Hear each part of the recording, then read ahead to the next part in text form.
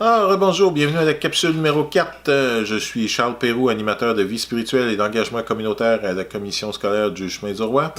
Dans le cadre de ce projet sur l'utilisation et l'impact des écrans avec le conseiller pédagogique en technologie Michael-Philippe Marchand.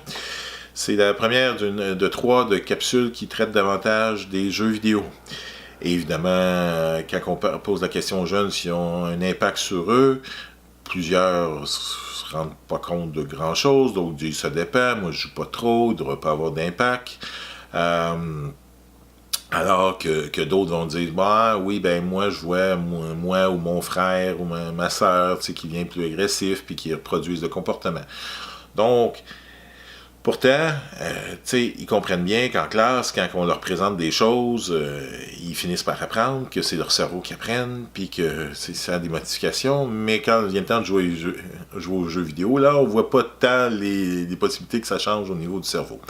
Par contre, évidemment, ça change des choses. Et moi-même, le premier, j'en ai fait l'expérience quand j'avais 16 ans, que mon père voulait absolument que j'apprenne à conduire pour pouvoir conduire à sa compagnie de paysagement, mais je voulais rien savoir, j'étais stressé comme 10, c'était au mois de décembre, il y a de la neige, de la glace, et je vais foncer dans un banc de neige.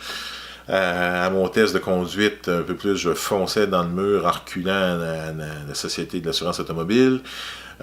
C'était un désastre, jusqu'à temps que j'ai joué beaucoup d'heures avec un de mes bons amis, un jeu vidéo qui pour l'époque était réaliste et qui avait des pistes l'hiver. Et quand j'étais retourné dans mon véhicule, tout d'un coup, tout semblait facile parce que les réflexes au niveau du cortex moteur du cerveau s'étaient bien développés. Ça, c'est quelque chose que l'armée américaine a bien compris. Ils ont fait des tests par le passé en entraînant des soldats avec des vrais fusils et en entraînant d'autres soldats avec le jeu American Army, jeu de guerre réaliste. Et au bout de X temps, ils avaient passé le même test avec le même fusil à tout le monde. Et non, ce n'est pas ceux qui avaient le fusil depuis le début dans leurs mains qui performaient le mieux, mais c'est ceux qui jouaient aux jeux vidéo. Pourquoi?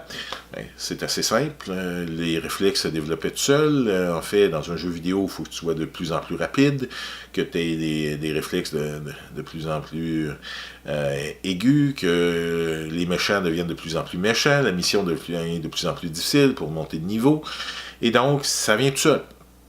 Bon, on verra qu'il y a aussi des impacts plus négatifs, mais ça, c'est bien. Quand vient le temps de parler d'autres parties du cerveau, ce qu'on ne réalise pas par contre, c'est que la partie qui nous aide à réfléchir, le lobe frontal, dans le cerveau, quand on a testé ça, on s'est bien rendu compte qu'il ne se passait pas grand-chose. En fait, certains chercheurs comparaient ça à un cerveau d'un zombie, donc quelqu'un qui, pendant qu'on est en train de jouer, et donc c'est pas pour rien, des fois, que si vous appelez votre jeune pendant qu'il est en train de jouer, il y a zéro réaction. C'est normal, il est dans son jeu, il est dans son monde, et c'est la réalité. Bon. Ceci dit, au niveau du cerveau, c'est clair qu'il faut en prendre soin, c'est clair que je fais bien rigoler les jeunes quand je leur demande, est-ce que tes parents t'ont demandé aujourd'hui si tu étais bien brossé les dents, parce qu'évidemment, il y en a plusieurs qui se reconnaissent là-dedans, mais ils se posent bien des questions quand je leur demande si leurs parents leur ont demandé s'ils avaient bien pris soin de leur cerveau aujourd'hui. Pourtant, lequel des deux est évidemment le plus important, c'est bien sûr le cerveau, mais c'est pas quelque chose qu'on pose comme question en tant que parent. Moi-même, en tant que parent, c'est pas une question que j'ai jamais posée à mon jeune, mais le plus important des deux, c'est évidemment le cerveau. Les dents, c'est peut-être pas chic, mais on peut toujours avoir un dentier plus tard, mais on peut pas remplacer le cerveau. Mais on laisse faire des choses à notre cerveau, bien souvent, sans trop porter attention, et qui, là, peuvent avoir de graves conséquences. Si on reste, par exemple, au niveau des jeux vidéo, l'étude américaine, qui ont poussé plus loin, le gros problème avec ça, c'est que ça amenait de gros manques d'empathie de la part des soldats, de compassion.